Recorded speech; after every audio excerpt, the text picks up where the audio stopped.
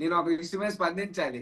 ఇప్పుడు అంటే జనరల్ గా నేను ఎప్పుడైనా డిబేట్ మాట్లాడిన తర్వాత నా డిబేట్ నేను మళ్ళీ మొత్తం వింటాను. అంటే జనరల్ గా పర్సనల్ గా ఫీల్ అవుతాడంటే ఒక మనిషి చనిపోయే వరకు కూడా నిత్య విద్యార్థే. ప్రతిరోజు తెలుసుకుంటూ నేర్చుకుంటూ ముందుకెళ్ళాలి. నేను ఆ ఫార్ములా ఫాలో అవుతాను. అయితే డిబేట్ అయ్యాక ఇప్పుడు ఈవెన్ బాబు పాలు గారు కానీ మీరు కానీ నేను తప్పు మాట్లాడాను అంటే maybe spur of the moment లో నేను రాంగ్ మాట్లాడానా ఏంటి ఏం మాట్లాడాను నేను చెక్ చేసుకున్నాను. మీ లైవ్ బ్యాక్ వెళ్ళి మీరు అందరూ మాట్లాడుతున్నా నేను మ్యూట్ పెట్టుకుని వీడియో కనబడి నేను చూశాను. ఇందులో కొంచెం మీ టీంకి చెప్పండి సార్, బట్టలు ఊడదీసి కొడతా అన్నానట. నేను ఏంటది, నేను రాజకీయంగా బట్టలు ఊడదీస్తాను, మీ వాస్తవాలు మీ చరిత్రాన్ని బయట పెడతాను అని చెప్తే కొడతానన్నమాట నేను మాట్లాడలేదు. బాబు పాలుడుకో నాకో మీకో మన ఎవరికి ఆస్తి తగాదాలో కుటుంబ తగాదాలో ఏమీ కాదు. ఎవరు కాదు ఒక్కొక్క ప్లాట్ఫామ్ నుండి వచ్చి ఆ ప్లాట్ఫామ్ ని అధినేతని నమ్మి ఆ సిద్ధాంతాలకు అనుగుణంగా మాట్లాడుకుంటాం.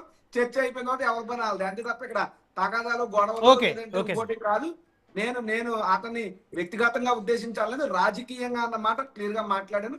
ఒకవేళ అది కూడా ఆయన ఏమన్నా నా మాట వల్ల ఆయన ఏమన్నా బాధపడితే I'm sorry for that. Okay, దాంట్లో నాకేం మొహమాటం ఏం లేదు. ఒకటి అజుగాని గారు, నేను కూడా అమెరికా చదువుకున్నా, జాబ్ చేసా, పెద్ద పెద్ద కంపెనీల్లో నేను కూడా పెద్ద పెద్ద ప్రాజెక్ట్ మేనేజర్గా ఉన్నా.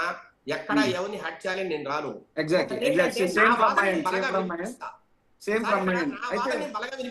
ఓకే, ఇద్దరు కాంప్రమైజ్ అయ్యారు, ఇద్దరు ఒకరికొకరు కాంప్రమైజ్ అయ్యారు. దయచేసి ఇక్కడ ఒకటి ఇప్పుడు ఇక్కడ డిబేట్ లోకి వస్తే ఒక పాయింట్ చెప్తుంది కానీ టైం కూడా సెంగళూరు వెంకటేష్ గారు ఎలాగైతే ఆయన రెగ్యులర్ గా కోర్టుకి వెళ్తారు, నేను అప్పుడప్పుడు కోర్టుకి వెళ్తాను, నేను అడ్వకేట్ నే. కాబట్టి జనరల్ గా వెంకటేష్ గారు చెప్పినా ఇప్పుడు విజయశేఖర రెడ్డి గారు చెప్పినా ఒకటి వాస్తవంగా ఆయన ఏం చెప్పారంటే 7 ఏళ్ల కన్నా ఎక్కువ శిక్ష పడేటటువంటి సెక్షన్లు పెడితే డెఫినెట్ గా రిమాండ్ కి 90% ఇస్తారు. అట్ ది సేమ్ టైం ఆయన ఏం చెప్పారు, హైకోర్టు సుప్రీంకోర్టు గైడ్ లైన్స్ లేదా సుప్రీంకోర్టు వ్యాఖ్యానమో, సుప్రీంకోర్టు వ్యాఖ్యానం అనేటువంటిది ఎలా రికార్డ్ అవుద్ది, ఏదో కేసులలోనే రికార్డ్ అవుద్ది. జనరల్ గా మనం కోర్టులో ప్రజెంట్ చేసినప్పుడు పలానా కేసులో పలానా జడ్జి గారు ఈ స్టేట్మెంట్ ఇచ్చారని దాన్ని కోర్టులో కేసు లా కింద ఎగ్జాంపుల్ ప్రజెంట్ చేస్తే దాని అనుగుణంగా జడ్జి గారు తీర్పిస్తారు. అట్ ది సేమ్ టైమ్ 7 ఏళ్ళు లోపు కన్నా 2 ఏళ్ళు లేదా ఏడాది దానికి కూడా ఏమో ఆ జడ్జి గారు ఆ నిమిషం ఆ సెకండ్ మైండ్ సెట్ బట్టి జడ్జి అనేటువంటి డిస్క్రిమినేట్ ఆయన పవర్స్ ఎండ్లెస్ పవర్స్, ఆయన ఏదైనా చేయొచ్చు. That is his court. Let it be municipal court, let it be district court, let it be high court and supreme court. ఆ కోర్టుగా ఆ judge is the supreme power. He can take any type of decision. అంతే తప్పితే ఆయన decision ఒకవేళ తప్పు అయితే పై కోర్టుకి మనం అపీల్కి వెళ్ళి దాన్ని మళ్ళీ కొట్టేయడం జరుగుతుంది తప్పితే జడ్జి గారు దీనికి ఇదే ఇవ్వాలన్నటువంటిది ఎక్కడ లేదు. అది ఆయన మైండ్ సెట్ మూమెంట్ మీద డిపెండ్ అయి ఉంటుంది. ఇకపోతే ఇప్పుడు బాబు పాలర్ గారు అందరూ మాట్లాడిన ఒక కాన్సెప్ట్ చెప్తా. ఆయన ఏమంటారంటే ఖచ్చితంగా డెఫినెట్ గా ఎవరైనా శిక్ష పడే వరకు కూడా, శిక్ష ఖరారు అయ్యే వరకు కూడా the person is called accused but not convicted. This is what law says. నేర ఆరోపితమైనటువంటి వ్యక్తి, నేర నిరూపణమైనటువంటి వ్యక్తి, రెండు పరస్పర విరుద్ధమైనటువంటి ప్రస్తావించే పేర్లు. ఇక్కడ చంద్రబాబు గారైనా, విరూపాక్ష గారైనా, XYZ నాగరాజ్ అయినా ఎవరైనా కూడా అందరూ ఎక్యూజ్డ్లే.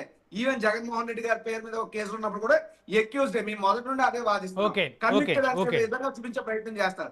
అయితే ఇక్కడ నేనేం చెప్తానంటే నిజంగా ఒకవేళ జడ్జి గారు రిమాండ్ ఇచ్చేటప్పుడు ఎంతో కొంత కేసులో వాస్తవం ఉందని నమ్మే జడ్జి గారు రిమాండ్ ఇస్తారని చెప్పడమే బాబు పాలు గారి ఉద్దేశం, విజయశేఖర రెడ్డి గారి ఉద్దేశం. అయితే మరి చంద్రబాబు గారు కూడా అలాగే రిమాండ్ ఇచ్చారా? బాబు గారు శేఖర్ రెడ్డి సమయం లేదు. రాజీవ్ గాంధీ గారిని కానీ అట్లా వెంకటేష్ గారిని అసలు ఒక జడ్జి ఒక వ్యక్తిని జ్యుడిషియల్ రిమాండ్కి ఎందుకు పంపుతారు చెప్పండి? బేసిక్ క్వశ్చన్ మాడదాం. నాకు ఇంకొక 2 ప్రశ్నలు ఉన్నాయి, అయిపోతే సమయం లేదు. బాబు గారు వన్ వర్డ్ కంక్లూజన్. నేను చెప్తా సార్, నేను చెప్పను కాదు, మీరు అడిగితే క్వశ్చన్ రాజీవ్ గాంధీ గారిని అడగాలి కానీ ఇద్దరిని కలిపి అడగడం ఏంటి? వెంకటేష్ గారిని రాజీవ్ గాంధీ గారిని ఇద్దరిని కలిపి. సార్ ఇక్కడ ఒక మాట, బాబు పాలూరు గారికి సోదర మిత్రం మీకు అడ్డొచ్చాను.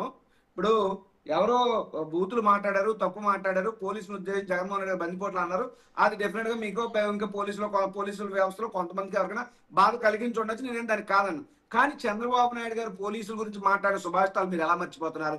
అచ్చెన్నాయుడు గారు పోలీసులు ఎందుకు వస్తారో తినేసి అని చెప్పి పాత అంశాలు పాత కాదండి. 2019 నుంచి 24 పాత ఎలాగ అవుతుందండి? నిన్నకాక మొన్న కదండి.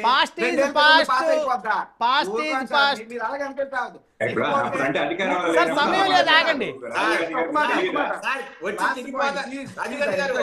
చచ్చిపోతారనడానికి బందిపోటు అనడానికి ఎంత తేడా. సరేనండి మరి నా బాబు గారు బూతులు వన్ వర్డ్ చెప్పాలా? కంక్లూజన్.